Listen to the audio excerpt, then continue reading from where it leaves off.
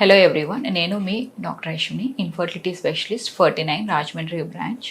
So IVF laboratories కూడా మనకి ART labs కూడా మనకి గ్రేడింగ్ ఉంటుందండి. సో ల్యాబ్కి కూడా మనకి సర్టిఫికేషన్ ఉంటుంది. Class 10,000 IVF laboratory. So class 10,000 IVF laboratory అనేది ఏంటి? సో మనకి ఏంటంటే ఐవీఎఫ్ ల్యాబ్ క్వాలిటీ అష్యూరెన్స్ని మనం క్లాస్ 10,000, సో దానికి వేరే 1,000 10,000 అలా ఉంటుందన్నమాట. సో మనకి హైయెస్ట్ వచ్చేసరికి క్లాస్ 10,000 ఐవీఎఫ్ ల్యాబొరేటరీ. ఇందులో ఏంటంటే మనకి ఎయిర్ ప్యూరిఫికేషన్ సిస్టమ్ని చూసుకుంటారు.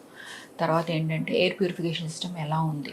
సో ఈ 10,000 క్లాస్ 10,000 ఐవీఎఫ్ ల్యాబ్లో ఏంటంటే మనకి 10,000 పీపీఎం పార్టికులేట్ మ్యాటర్ని కూడా ఫిల్టర్ చేసే ఎయిర్ సిస్టమ్ అనేది ఈ ల్యాబ్లో ఉంటుందండి. సో దట్ ఎంబ్రియోస్కి అనేది ఎటువంటి హాని అనేది జరగకుండా, ఎలా జరగచ్చు హాని అంటే ఈవెన్ మనం చిన్న చిన్న వాలటైల్ సబ్స్టెన్స్ తెలియకుండానే మన చుట్టూ ఉంటాయండి చాలా చిన్న చిన్న పదార్థాలు. సో స్మెల్స్ కానీ, వాలటైల్ సబ్స్టెన్స్ కానీ, పర్ఫ్యూమ్స్ కానీ తెలియకుండా చిన్న చిన్నవి పార్టికల్స్ అనేవి మనకి ఎయిర్లో ఉంటాయి.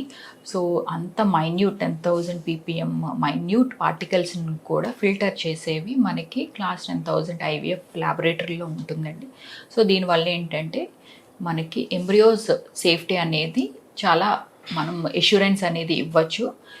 ఎందుకంటే ఎంబ్రియోస్లోని చాలా they are very fragile structures అనమాట. చిన్న చిన్న వేరియేషన్స్ టెంపరేచర్ కానీ ఈ వాలటైల్ సబ్స్టెన్సెస్ వల్ల ఏంటంటే వాటి మీద కొంచెం హాని అనేది జరుగుతూ ఉంటుంది. దీన్ని మనం రిమూవ్ చేయడానికి ఏంటంటే ఈ 10,000 పీపీఎం పార్టికులేట్ మ్యాటర్ని ఎయిర్ ప్యూరిఫికేషన్ సిస్టమ్ అనేది మన ల్యాబ్లో ఉంటుంది. దీంట్లో హెచ్విఏసి సిస్టమ్ అనేది కూడా ఉంటుందండి. అట్ ద సేమ్ టైం ఏంటంటే లైటింగ్స్లో కూడా ఎల్లో కలర్ లైటింగ్స్ అనేవి యూజ్ చేస్తాం. డైరెక్ట్ బ్రైట్ లైట్స్ అనేవి ఉండవు.